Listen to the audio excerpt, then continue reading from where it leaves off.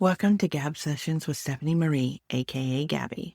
This is a space where we talk business, growth, and the messy middle of entrepreneurship, with a little real life mixed in. Every week, I'll bring you clarity, confidence, and momentum to help you create your version of success. Grab your coffee and let's dive in. If you've ever felt like you were advocating alone or trying to navigate your child's learning needs in the dark, today's conversation is the kind of clarity we all deserve. Welcome back to Gab Sessions with Stephanie Marie, aka Gabbie. This is Networking November, a month where we highlight women who are building meaningful work, leading with heart, and creating change that actually matters. Today, I'm sitting down with Sarah Bartley, the founder of Gateway Learning Connection. Sarah leads a team of highly trained literacy coaches and supports families nationwide with science of reading aligned instruction, advocacy support, and guidance through the IEP and 504 process. Her work comes from deep expertise and lived experience as a parent navigating dyslexia with her own child. I also want to add this. Sarah isn't just someone I admire for her work. She's a friend I deeply value, and I'm grateful for her. So today feels very special on multiple levels. Sarah, thank you so much for joining me today. I'm really excited for this conversation, and I'm grateful you're taking the time to share your story and your heart with us. Thank you for having me. I'm so excited. Absolutely. So to kick this off, I want to go back to the beginning because every mission starts with a moment. So before Gateway Learning Connection was an idea, it was a moment. What was the moment you realized I have to build something different for families like mine?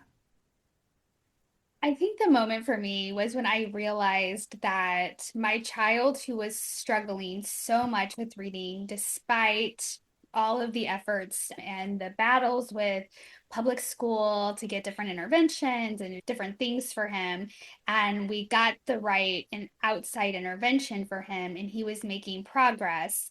And then I also had hired an advocate at that time, and I was starting to see the shift in the school was starting to listen a little bit differently. He was feeling more confident. I was like, I, we could marry this idea, right? We could marry this idea because this is where I feel like the true trajectory of my child's life changed. He was becoming a reader. He was becoming more confident. It didn't make school a place he wanted to go every day. Still didn't love it, right? But Right. he was feeling more confident. He was willing to take some more risks in learning, where before he would shut down and say, I don't know. I don't know. It felt like he just was afraid to be failing at something else. And he felt like such a failure for not being able to read very well. So for me, I wanted to be able to shorten the journey for families because we'd been around this mountain several times. And I think that was the moment when I saw how the trajectory for him changed, but then for me as his mom and for our family, how that was different. So I was like, I need to do something. And when we took a look around, there wasn't a lot of resources doing that. There were some resources for teaching kids reading. There were reading tutors, there were tutoring centers, but Mhm. nothing that was in my area that married those two ideas, literacy and advocacy, and that also was delivering a service that was structured, Okay. that really focused in on how kids learn to read. Okay. All right. So when you said that, he was like, I don't know, I don't know, I don't know. Do you think that is what's the best word for it? I don't want to say like a red flag, but an indicator for parents that, your child isn't lazy, your child isn't disengaged, that they are struggling and it hasn't been identified. What are some of the identifiers that you feel that you maybe overlooked or parents often overlook or the schools overlook for children with these struggles?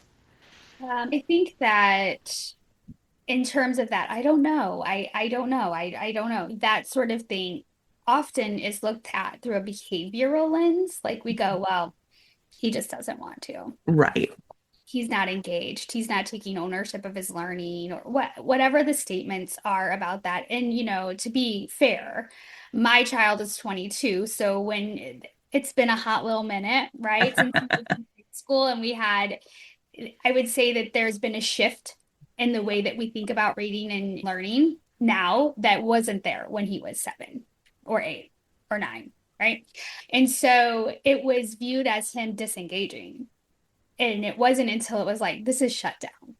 This is shut down. So yes, that shutdown is pointing to something. It's pointing to there's a pain point there. They're saying, I can't do this. And it's frustrating. And maybe they don't know how to say, I don't know how to read, right? Or they're afraid to say, I don't know how to read.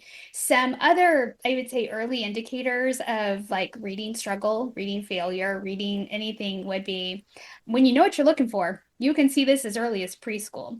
These are kids who oftentimes will have some issues in their spoken language, whether that's like articulation errors. It's not uncommon to have kids. If you have trouble in your spoken language, 100% of the time, you're going to have trouble with reading and writing unless you kind of right that ship. So I can use my own kiddo here. He had some articulation things, but nothing that was like super alarming. But he was a kid who had those, what we would call a phonological error. So he would say things like aminal instead of animal. He would say things like paschetti instead of spaghetti. No, it's really cute when they're like 2 and they're going, I'll have the paschetti, right? Like it's adorable, right? But once they're old enough to really enunciate better and they're still mixing up those phonological error, they're getting those errors.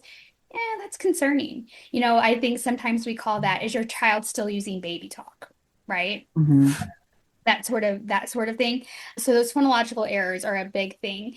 If they are not able to rhyme words, this was a big thing for my kiddo. We're like in the car and we play these like rhyming games, and my daughter's in the back seat, she's able to do it, and I would be like, okay, frog, log, and he'd be like lamp, and I was like, then I would, and at first I thought maybe he was just like yanking my chain. Like maybe he's just playing a game with me. He's like way smarter than me even, like, because he would be like, then he would like giggle. So I was like, oh, maybe he knows. He really didn't know. Rhyming. If your kiddo is struggling with rhyming, that's a big red flag. If they're getting into places where they're starting to read and they're having difficulty remembering sounds for letter names for sounds, especially if those things are in their first name or last name, things that they're Mhm. saying a lot and still are like, yeah, don't know that B is B, just don't know it, even though Right. your name's Bella.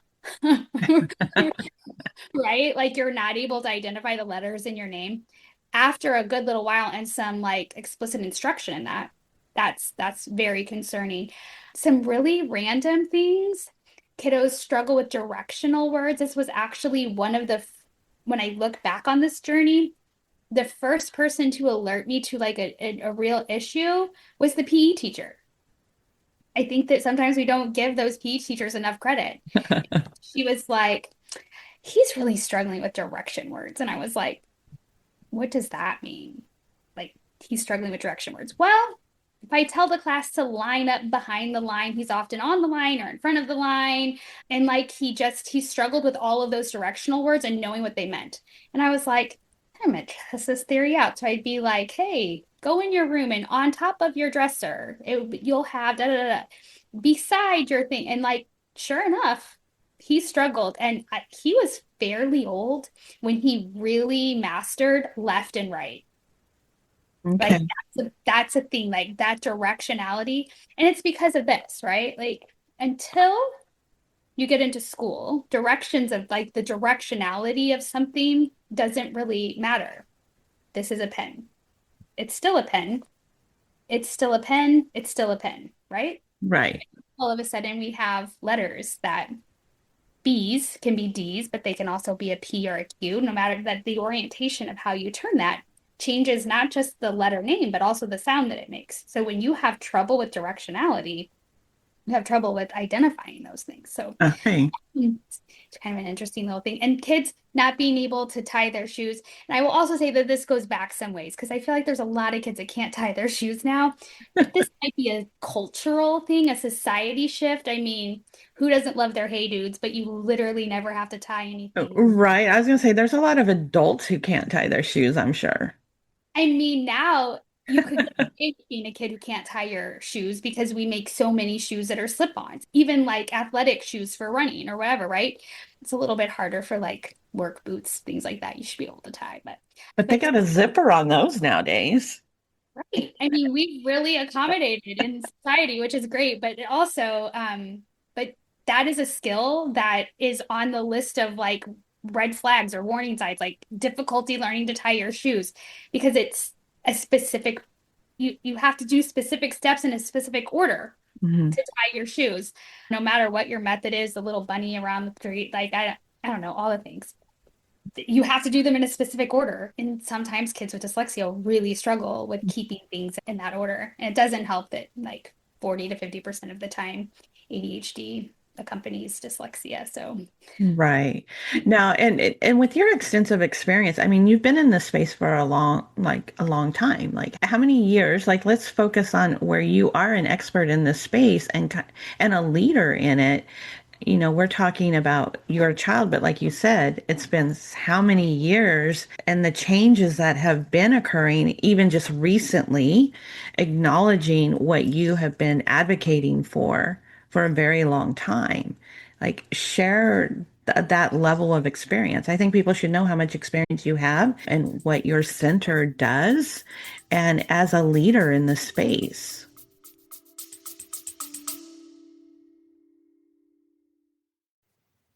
You're listening to Gab Sessions with Stephanie Marie.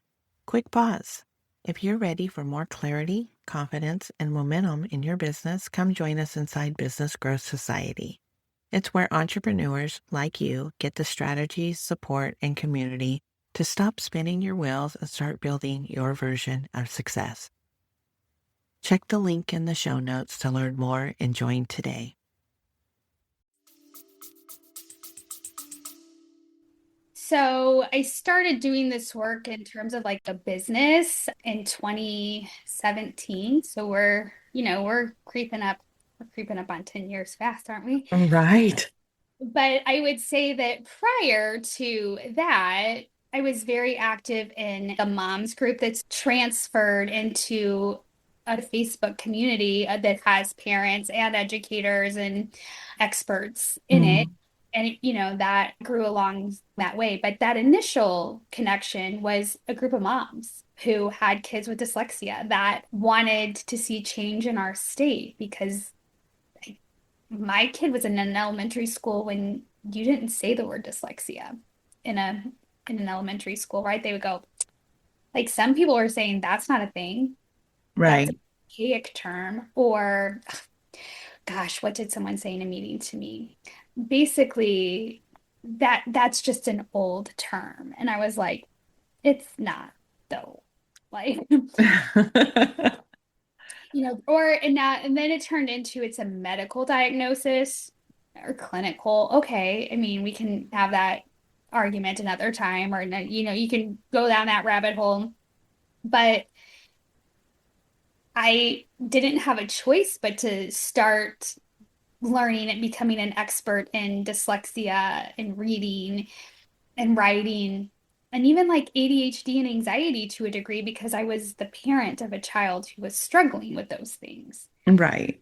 Um, and then I was, gosh, the first thing that my child was diagnosed with was actually ADHD. A lot of the H, ADHD, a lot of H. And so I just remember being in the psychiatrist's office with him, and the psychiatrist like looked across this room and she said, "Has anyone ever suggested that you might have ADHD?" And I was like, "No."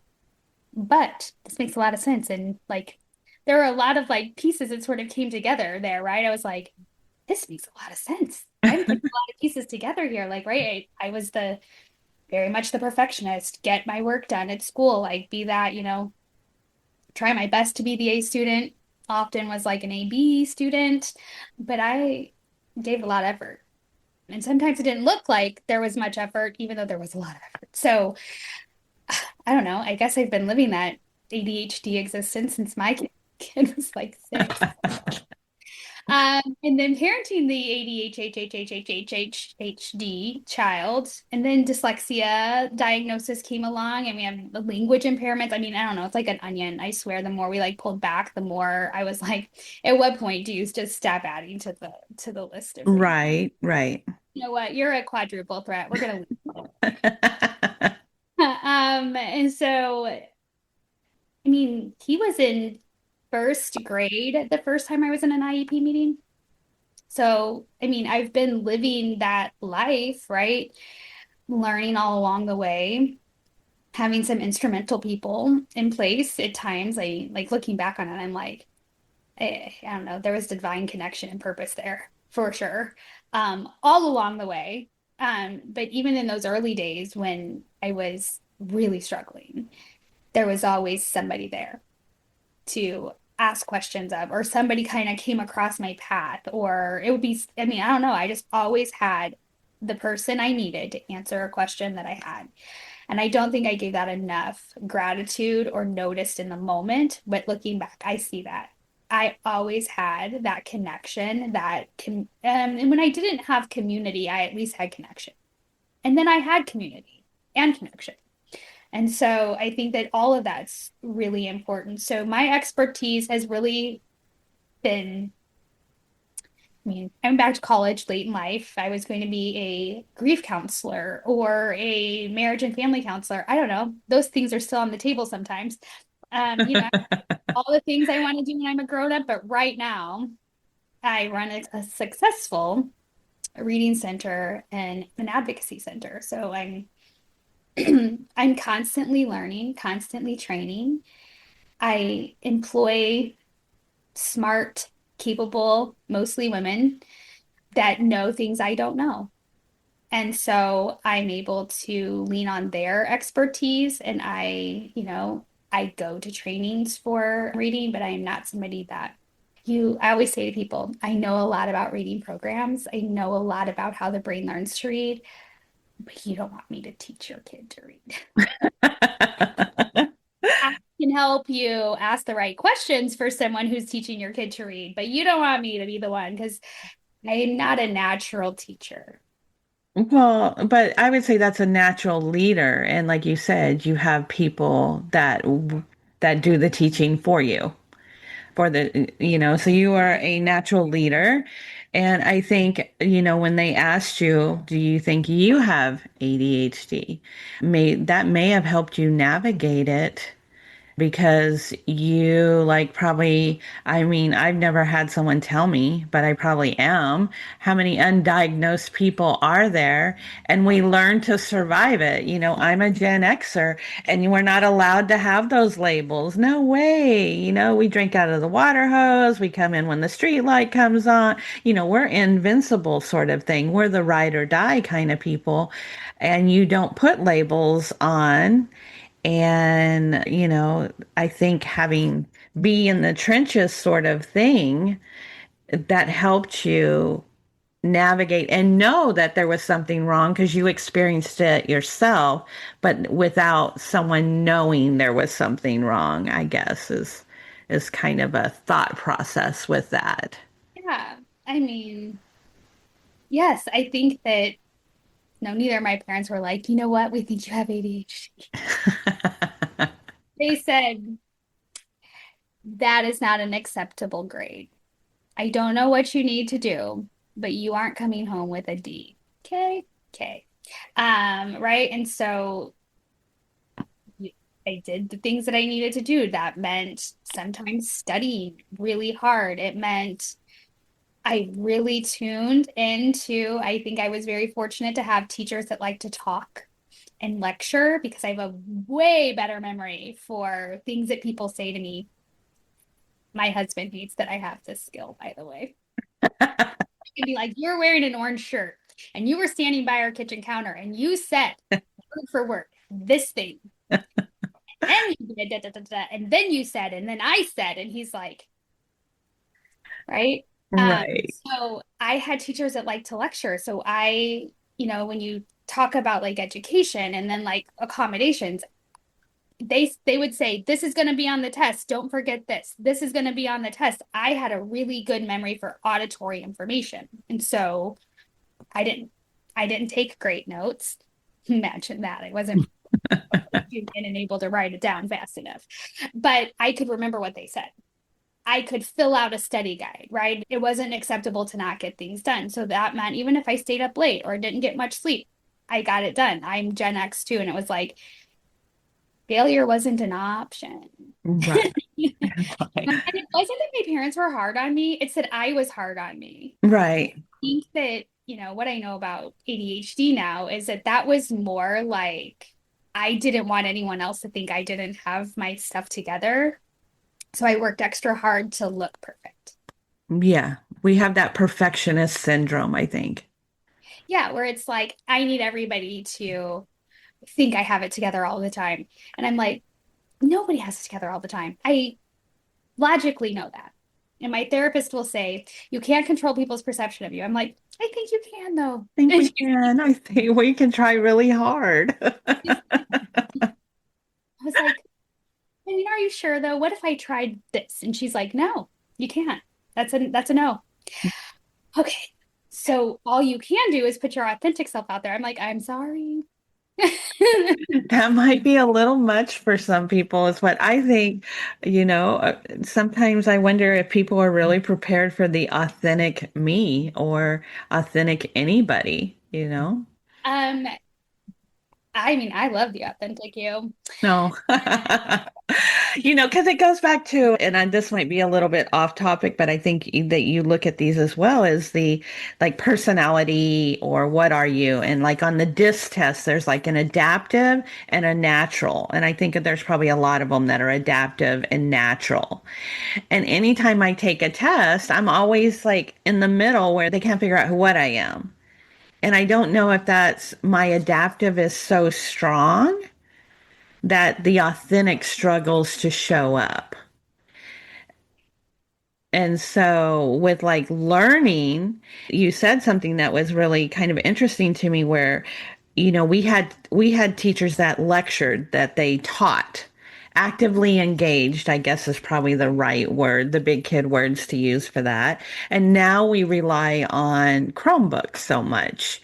Do you think that has an effect on, whether positive or negative, on how most children, regardless of if they struggle with the reading, maybe we have children that struggle with reading more now because we've changed the way we teach? Like, what do you think with that, from your personal, your child, to where we are now, how schools may or may not, or the learning environment may not be in alignment with engaged teaching or appropriate teaching? Or is that why so many struggle when they go to university after the fact? Because professors, we know, love to talk. I think they like to hear themselves talk. And that's different from where we've come from, but in the current state of education. So what's the correlation and maybe the evolution in teaching, instruction throughout the entire process that you're seeing with advocacy and dyslexia? And I'll be clear to say, because people will come for you. You're not a teacher. I'm going to be clear. Exactly. I was never a teacher. My degree's in psychology. I get it. I was never a teacher. But what I know from the things that I've learned from talking with teachers that I employ teachers. I have friends that are teachers. I have family members that are teachers. I have two children that had a lot of teachers, right? So I, you know, I get it. And so I think that this is sort of a twofold thing. I do think I love technology, but I think that in some ways we have started to rely too much on engagement in other ways. I think that there's a place for everything.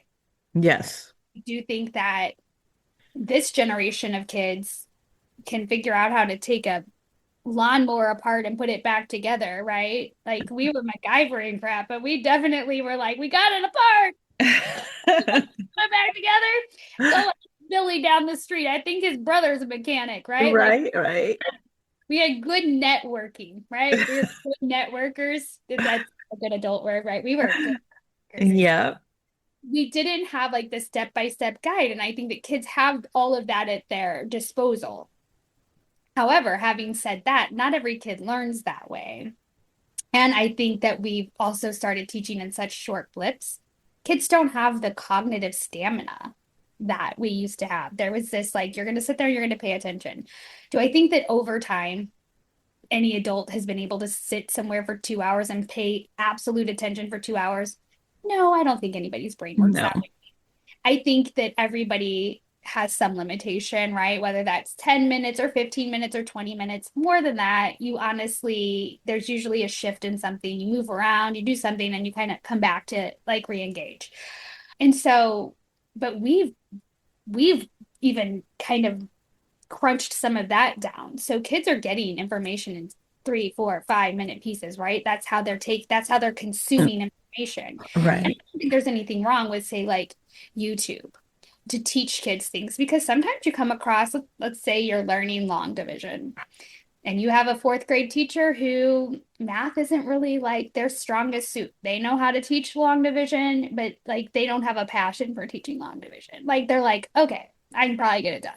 But maybe they're more like your literature lover, right? So like they really engage in that ELA piece. Well, you say you got a kid struggling with long division and they look up on YouTube and you come across someone who is passionate about teaching long division, they're going to maybe have a little bit of a different method that makes more sense for kids. So I do think that there's a place for that, but I also think that we maybe in some ways swung too far this other way, and we're going to kind of come Mhm. back and find some balance in things, because some kids are not auditory learners. Like what you say to them is in one ear and right out the other, Right. or visual, right? So maybe they are your really great note taker. They read something, they remember it, they take a note on it, they remember it. That's how they learn.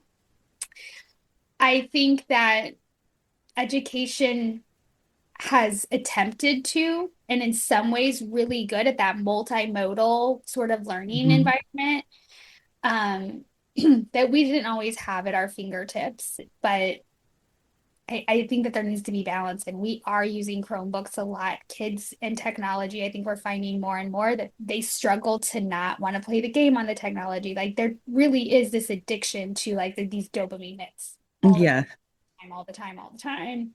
And so I think that it's a delicate balance, and it'll be really interesting to see where education goes in the next like handful of years.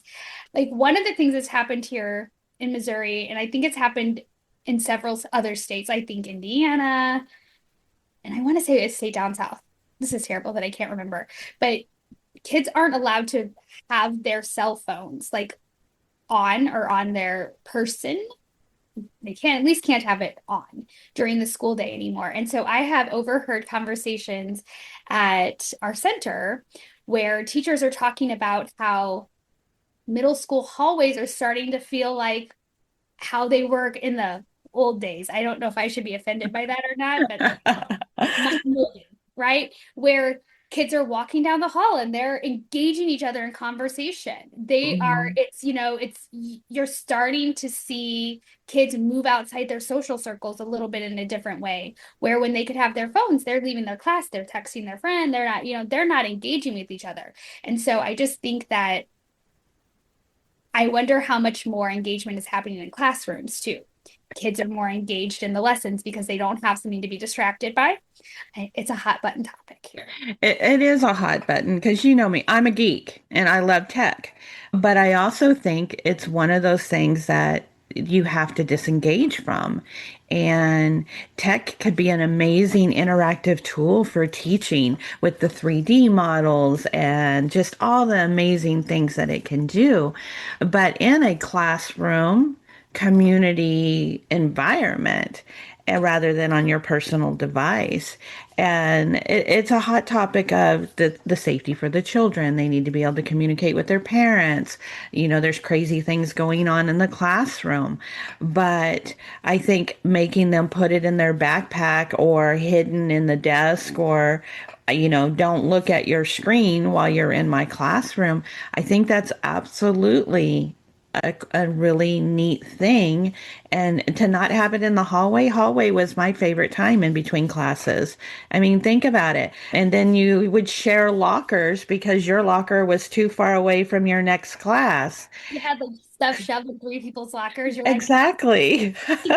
I need to come by and grab my math book. Although I don't even know if we have a lot of books anymore. I don't think we do, but that was a time where there was community within the kids rather than community on the phone in a text feed.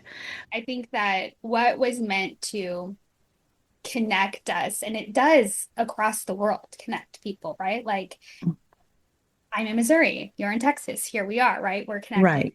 we're connecting, right? And so that piece is great. But when you use technology to the exclusion of connecting with real humans in your everyday sort of like presence and circle, I think that becomes a little more dangerous. It looks like you're socializing, but it's really withdrawn and kind of lonely. Yeah. Yeah. So, there's a lot of it's hot button for sure. Right. I do think that I love technology for the multimodal learning that can happen and that we're able to, it also makes it a bit easier to, from an advocate's perspective.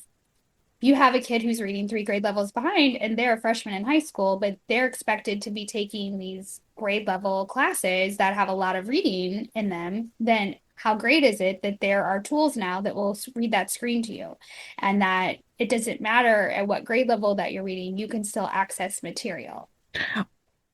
Or vision impaired or just anything. I mean, I think that is because we all do learn differently. I feel like I'm a very visual person, or I see it visually, I can make sense of it. And I think that if somebody talks too much, I tune out. I'm one of those that I get scroll brain and I'm having a conversation in my head and I didn't hear anything that somebody else said. And so the visual part was really important for me and the note taking and the reading of the books and things like that. So to be able to hear it for some is what they need because if they have dyslexia or any other reading struggle, or maybe just tired eyes. I remember some days as a child, my eyes would be more tired than others. One year I would need glasses and the next I wouldn't, which never made sense to me. They said, "Oh, you have too much TV. You watching TV, too much TV." I don't know if that's true. But regardless, there's so many struggles, I think, even with dyslexia that go unidentified or undiagnosed that everything is important the way that it's delivered, regardless of what struggle your child might have. Yeah, and you asked you in that question you asked about reading instruction or how that's changed.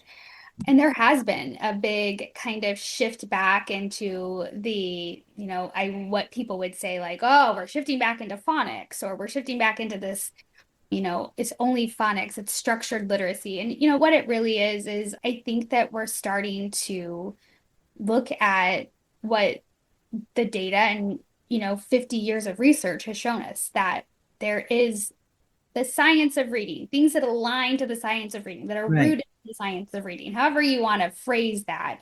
The truth is there's one way that brains learn to read. One way.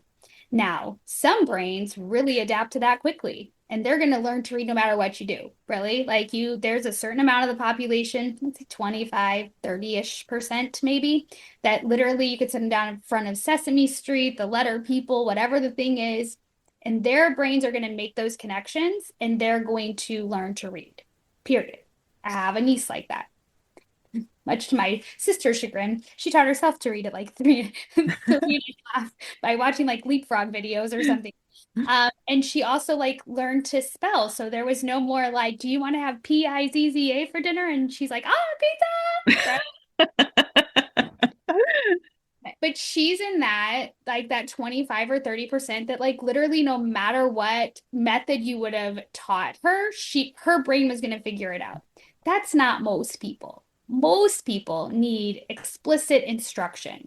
And we used some theories and we used some methods called Some people call it balanced literacy, some people call it whole language, but this sort of came about in the 80s where basically it's this idea that we're going to teach you whole words. You're just going to memorize words if you memorize enough words Mhm. and if you love reading. You're going to be like, it's going to be like osmosis. If we put you in a little cute little book nook corner and we make reading fun, you're just going to learn to read and you're going to learn to love it. And because you love it, you're going to practice it. And this is just going to happen. Yeah, that that did happen for about 25 to 30% of the population, right? And dyslexia can really only account for as much as 20% of the population, yet we have about 40% of students in the United States are proficient readers. Youch, right? We Right. doing something right. And so this whole idea, I mean, I think if you can remember, because I do, sight words, heart words, high frequency words, like, right, just lists and lists. Hmm. You're just practicing these things and practicing these things.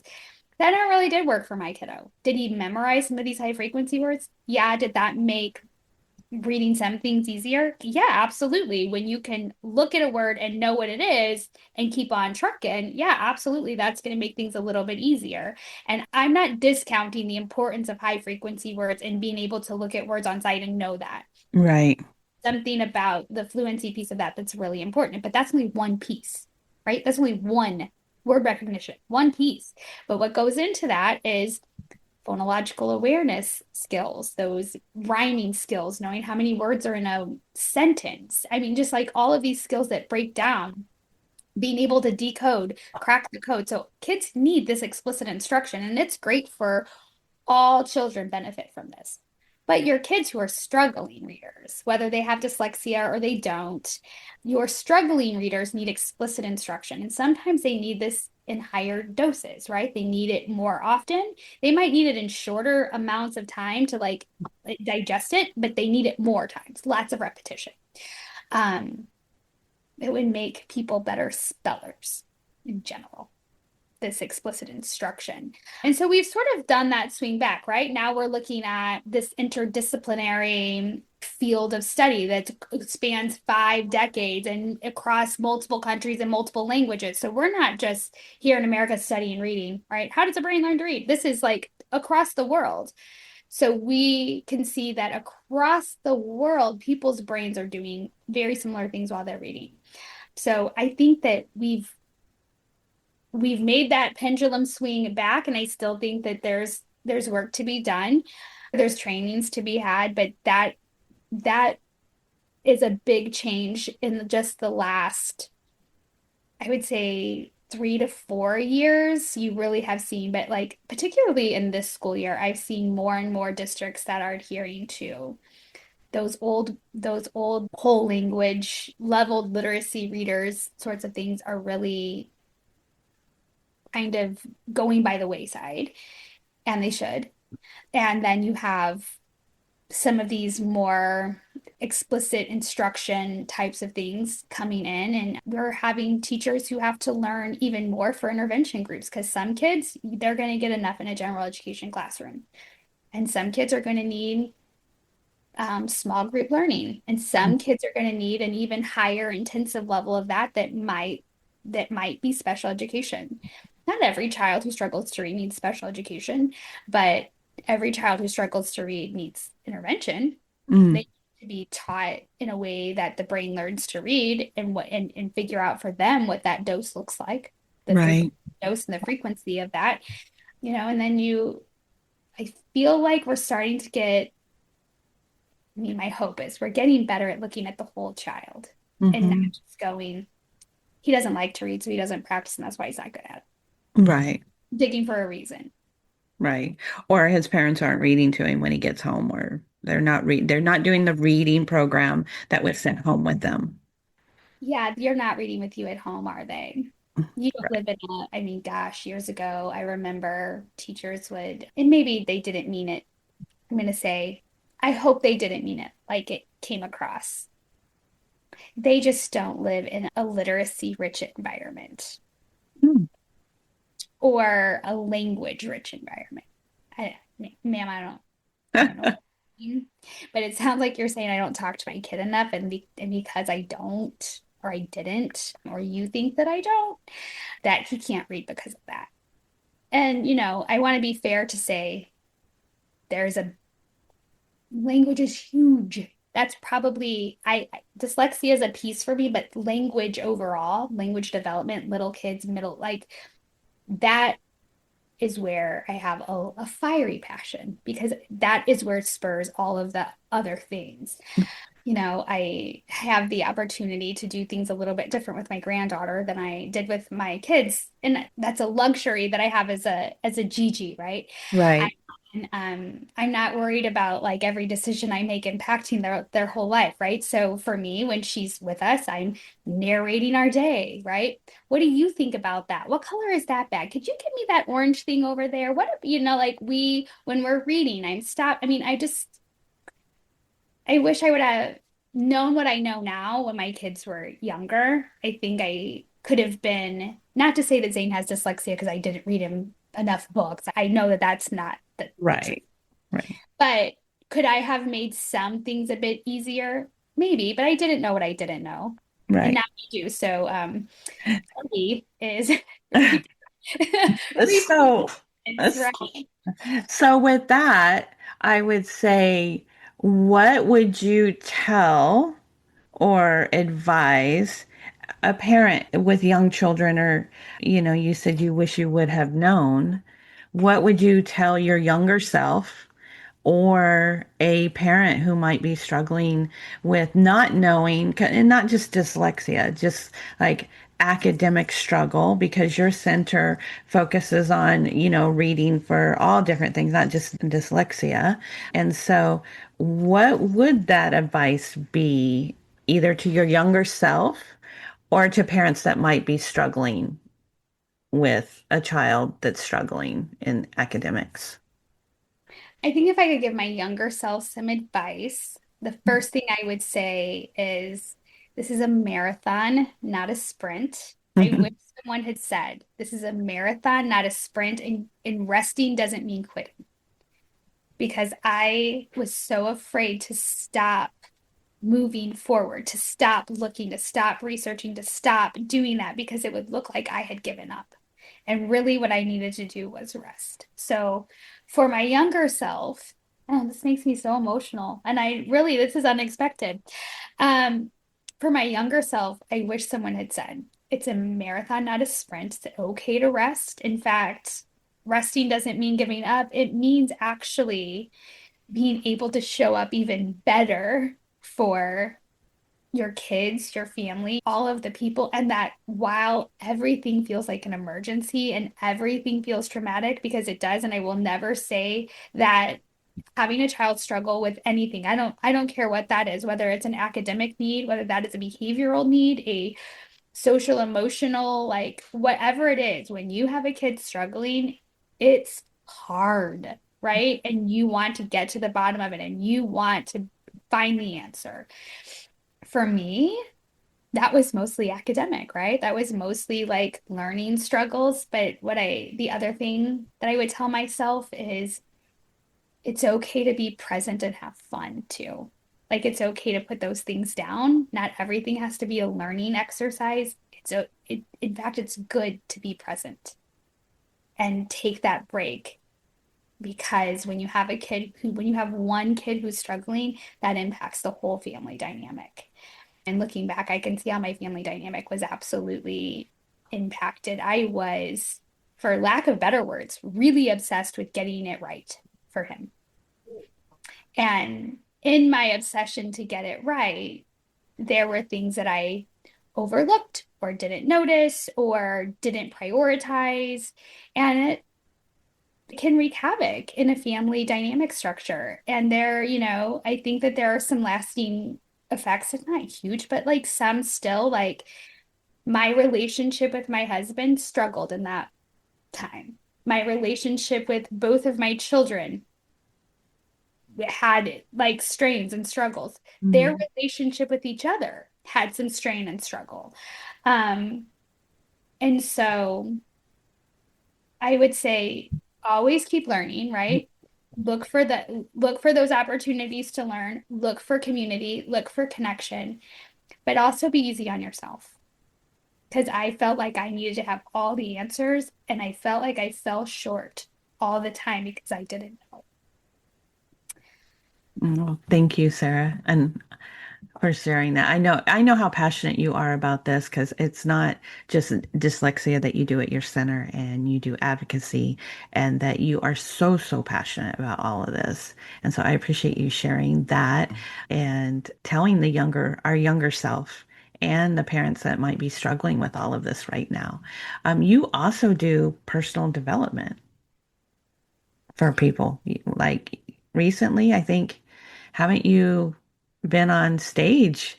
We've done professional I development. mean, like you are absolutely amazing in your space, and it's a testament to your, I don't want to say evolution, but or I guess your journey, your adventure. You know me, I love adventure, a good adventure. So everything's an adventure from, as your younger self and then developing, evolving, becoming and sharing and inspiring and helping others through advocacy, through your learning centers, and then from a professional development stage. I mean, maybe share a little bit about that as well, because we've touched on what your center a little bit, but I'd love for you as we wrap this up, like touch on what the center does, because it doesn't just do dyslexia, what you do, because you don't just advocate and you don't just run a center, but just kind of recap it and then let us know how our listeners and our watchers, as we're going to do this on a multiple platforms, can get a hold of the center and what resources you have to share with them for joining us today. Okay, my ADHD self's gonna try and remember all of that. Nah, I know. And I just kind of went, you know me, I'm a rapid fire Gabbie where I'm like, bam, bam, bam, bam. All right. So we do offer professional development trainings for districts and private schools. On the on the horizon, I really would love to offer some webinars and trainings and different things like that for teachers that aren't, not all districts are going to hire somebody, right? And sometimes Right. they're looking for a training or a webinar or something like that. So that's on the horizon. We're trying to figure out the best way to make that happen, and the venue and how we're going to deliver that and who's going to deliver all of that.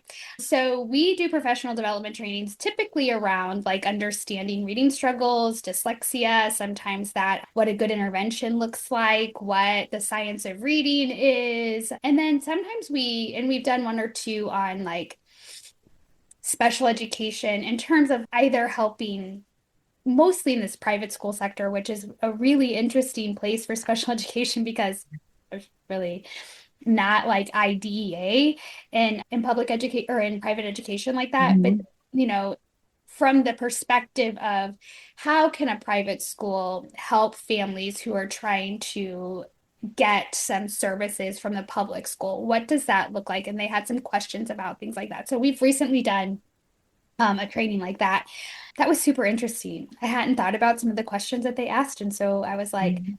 huh, and really it all comes back down to like data, and whether you're in public school or whether you're in private school. At the end of the day, the decisions are made on the data that's there, good, solid data. And so a lot of our training was around maybe collecting data in different ways on different things and being able to share that data clearly with parents so that they understand it, but also with the district. Lots and lots of our trainings are on what is dyslexia? What does it look like in your classroom? How is it diagnosed? How do and then special education questions come up along that. So I don't do those alone. I employ the great Caitlin to do those with me. She's what I call her a unicorn. She kind of chuckles, but she's got her degree in special education, but also is a reading specialist, and she delivered reading instruction in at a middle school level for gosh, almost 2 decades. And Oh, so she's wow. passionate about learning to read and all writing and all the things that are like reading and writing. And so She's the resident educator, teacher type that she really covers the academic, the intervention part of those. And then I really am very passionate about the social emotional consequences of having dyslexia or struggling with reading.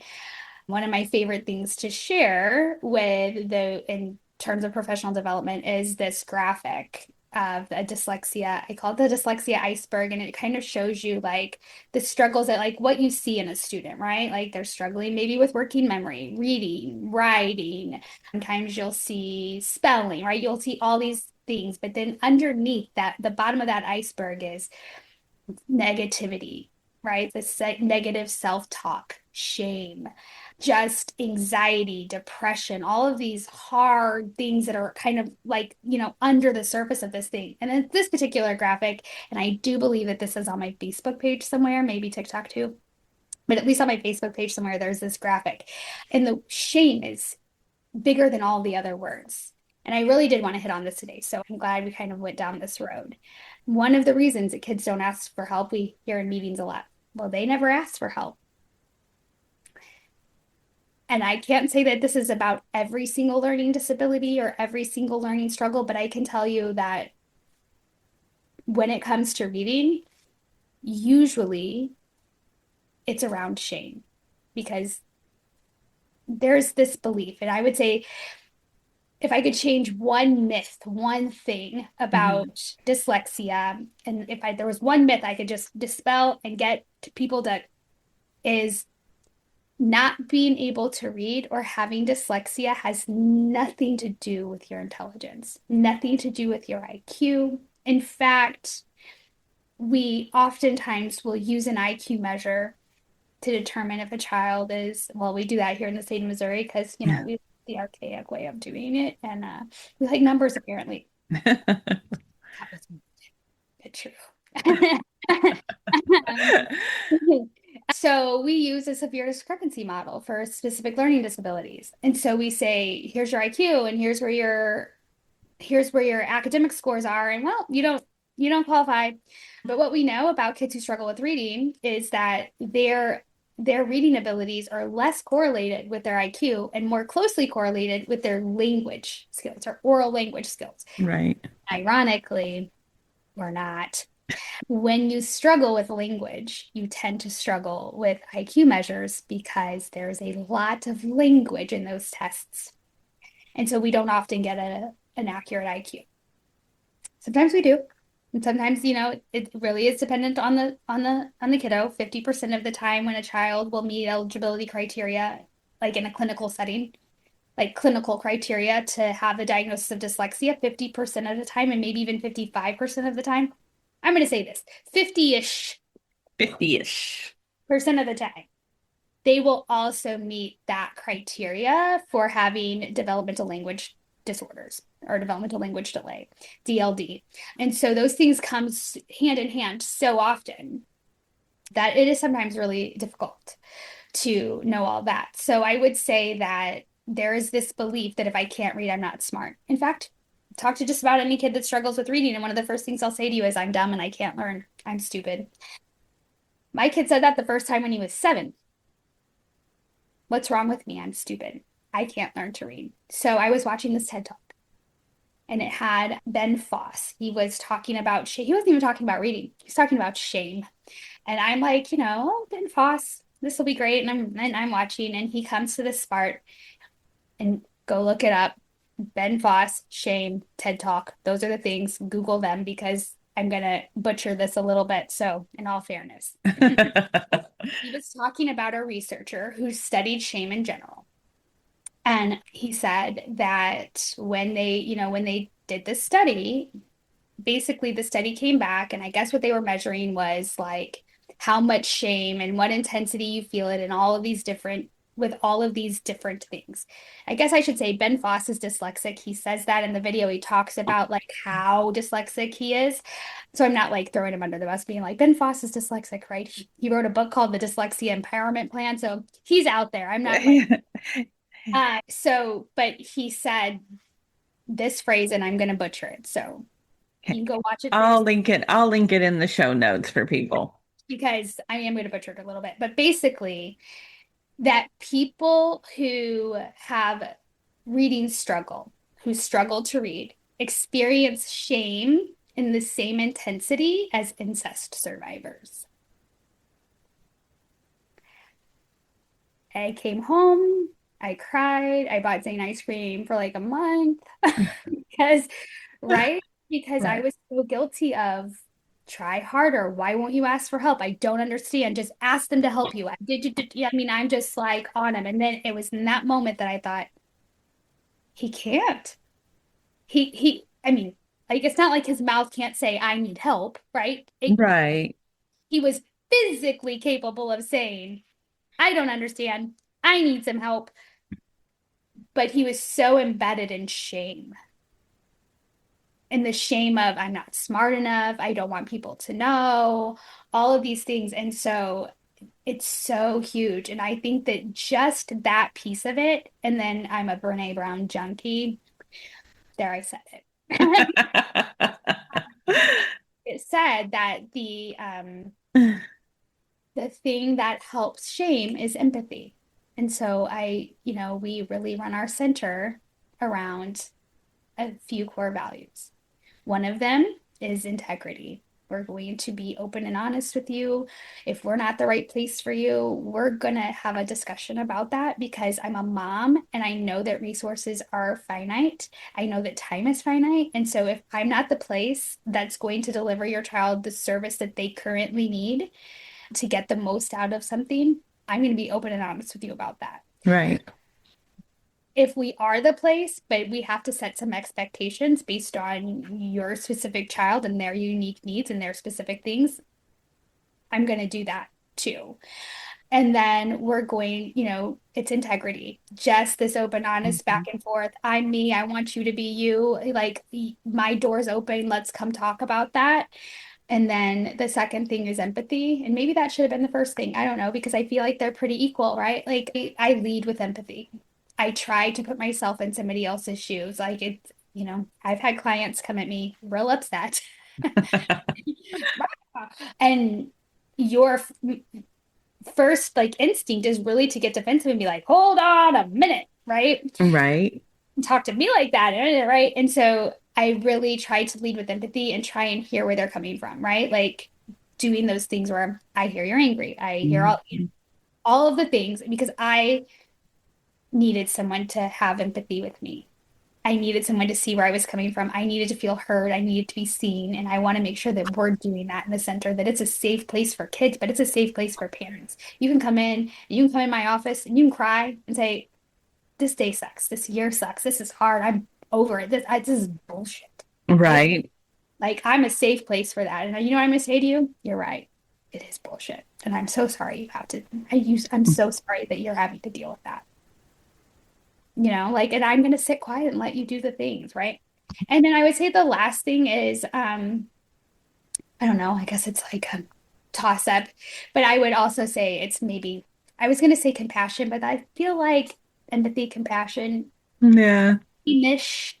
But I would say excellence because no matter what service that we're delivering, I want to do that with excellence. I want to keep learning. I want to keep providing training to my staff. I want to keep getting training on my own. I pursue trainings on my own. I want my staff to pursue trainings. I want to provide them with trainings because I want to always be excellent in what we're doing, excellent in the service that we're providing, and excellent in our communication with parents because I think that that's an important piece of the whole puzzle. That communication piece is very important when it comes to school partnerships with parents. That matters. Trust and communication. Bottom line, when you have those two things, you can put people in alignment. Perfect.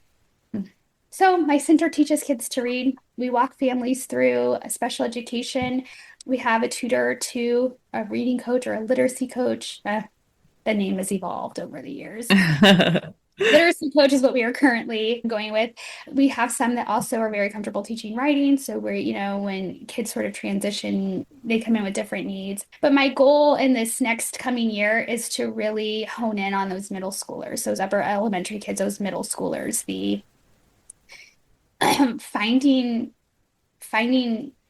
a method that accounts for some of the instruction they've had in the past, but gives them this boost of like information that they need that doesn't take forever.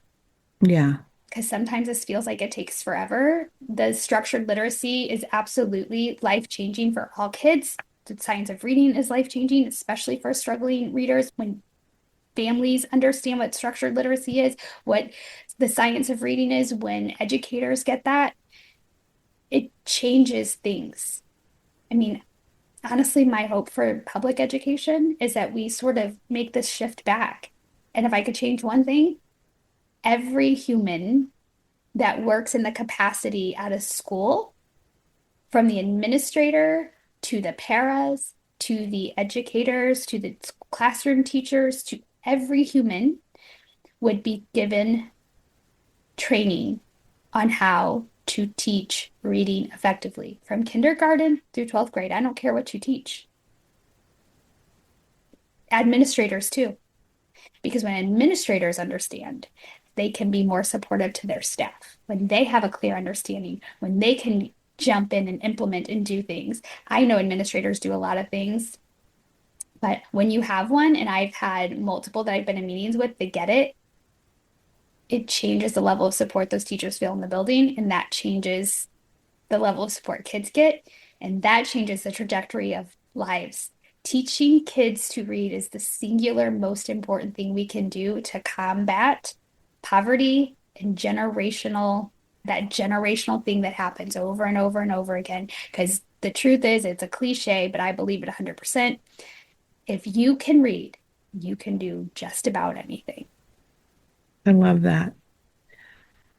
I think we end on that. That's pretty powerful. I didn't even talk about the resources if you want to link them, or I can quickly talk about them. Nope, talk about them. I want everyone to know about the resources that you offer and how they can find you and if they have questions and just all the things, all the things. All the things. Okay, so the two resources, three really. I would say resources and a service. How about that? Perfect. I brought so um one of the services that we provide at the center is an IEP or 504 review. And along with that, we'll look at an evaluation, like your most recent evaluation or two, depending on, it really depends on your specific situation. We'll discuss that, right? But that's a quick peek inside where we go, oh, let's take a look at that IEP. Because sometimes parents just don't know what they're looking at, or they think it's really great until you read it and you go, I have things, right? And so what we do is we review your IEP or 504. And then we also will review an evaluation, whether that's done by the school or an outside provider, because sometimes you have one or sometimes you have both.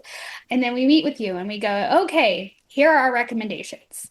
These are some questions I would ask. I'm really concerned about this, right? Please tell me you don't use a red pen. You know what? We do not, but Okay. we do maybe like Highlight it. like make a check mark by maybe. We record that conversation and we share it with you because we want you to be able to access that again. And so we're gonna run a special on that. So there will be, I think I sent you that Google link for a form. So if it's something you're interested in, then as long as you have that scheduled by the end of the year, 12/31/25, it can be even scheduled into 2026, just as long as you have paid for it and have it scheduled by the end of the year. We're gonna give you a discount on that. Perfect. On that. Two resources that I've come across. One is older, I've had for a hot little minute, but this I came across recently. It's a 26-page document that I printed out today, and it just says pediatrician on it. But it is like under a compass for the Reading League. And so this is a document that you can share with your pediatricians about reading and language. I mean, this goes through so many different things, but it really talks a lot about dyslexia and developmental language disorder. I touched on that a little bit, the importance of early literacy intervention, because pediatricians know a lot of things. I don't know if they get classes in that medical school about teaching kids to read. No, probably not. Probably not. And I don't know that I think that they get some like developmental classes. I don't know. I'm not a pediatrician. Right. smart enough for that one, nor did I want that much schooling. Right. But but they tend to be the first line of defense, right? People go there, they go, oh my God, my kid's struggling. We're going to talk to the pediatrician. And some pediatricians have really kind of come along, but this is a resource that you can share with your pediatricians. It is from the Reading League. It's on their website, but I also have a link to that on that form. If you want that, I'll send you the link so you don't even have to go look for it. I'll just send you the link. The other thing also from the Reading League is called the Defining Guide. It's Science of Reading, the Defining Guide.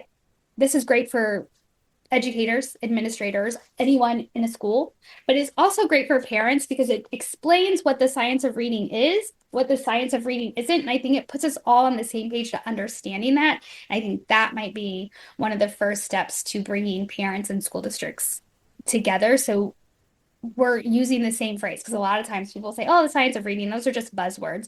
It can be the science of anything. No, there's actually like a whole definition and a whole thing, and this is great. But the Reading League is an amazing resource. But if you want these two things, I already have saved the little links. So if you fill out that form, tell me what you're looking for. I am happy to email those to you directly so that you can download these, print them. I only have a black and white printer here at home, but this is really like a pretty purple online. And I will definitely put the link for the form in the show notes so that people can get a hold of you along with your website, preferred method of contact, everything. Because I want them to be able to reach out to you, even with questions, or they know a child that could benefit from the services and things that we want to make sure they can find you. We deliver literacy instruction nationwide, so we are not bound by, you don't have to be in the St. Louis area to come to our center. We absolutely have in-person services that happen in the St. Charles, St. Charles County area. But we have reading literacy coaches that can deliver service across Zoom, like I've done here, and we have other platforms that allow it to be multisensory. We have found it to be very effective, even for our kiddos that, people will say, well, they have ADHD. Our literacy coaches are trained and they are trained to engage. So it's been really effective for so many students. And I love that we can service kids nationwide. And then we have myself and Caitlin, who are advocates, and we can also service families nationwide. So, because IDEA is the same in every state. Can you repeat that again? Because I think there's some confusion about whether or not IDEA applies to certain states. Right? Like, what is it that one of my trainers slash mentors says? Unless you have a fence like around your whole state, IDEA applies to you. Right? This is a federal law. To be clear, states do have their own regulations, right? Statutes and regulations, but no state can reduce the benefit of IDEA. So whatever it says or doesn't say. In the federal law, no state can reduce the benefit of that. So if you want help with navigating that IEP or 504 process, we are certainly happy to discuss that and help you through. I have a very collaborative approach.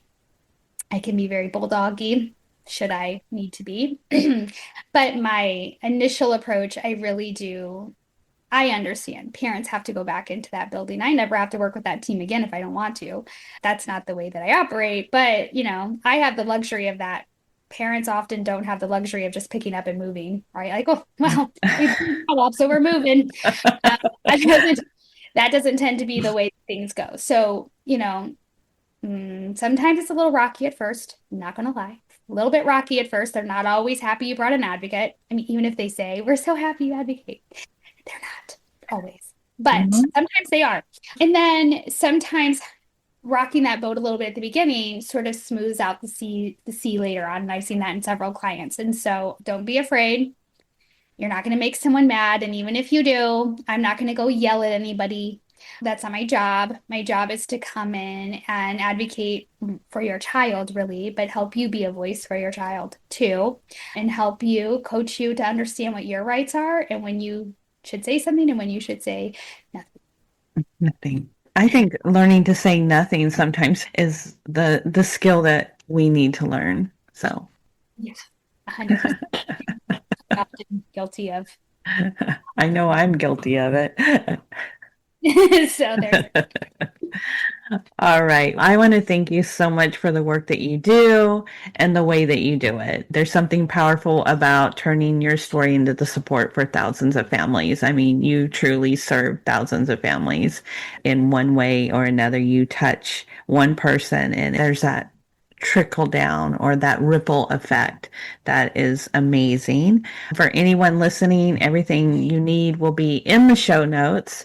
And stay tuned for the blooper edition as well. That will always be fun. But if you would like to reach out to the Learning Center, you'll find the links in the show notes. If you'd like to be a guest on the show and share your story, we'd love to have you do that as well by sending me a message. I'd love to connect. And I just want to thank you, Sarah, for all that you do and as well for being an amazing friend. And so with that, I'll say I am Stephanie Marie, aka Gabbie. We'll see you in the next episode. And remember, keep creating your version of success. Thanks for listening to Gab Sessions with Stephanie Marie. If today's episode gave you clarity, confidence, or momentum, hit subscribe and share it with a friend who needs it too. Want to go deeper? You can join me inside Business Growth Society or email me at stephaniemarie@gabbieandcompany to see how we can work together. Remember, stop overthinking, start building, and create your version of success. I'll see you next time.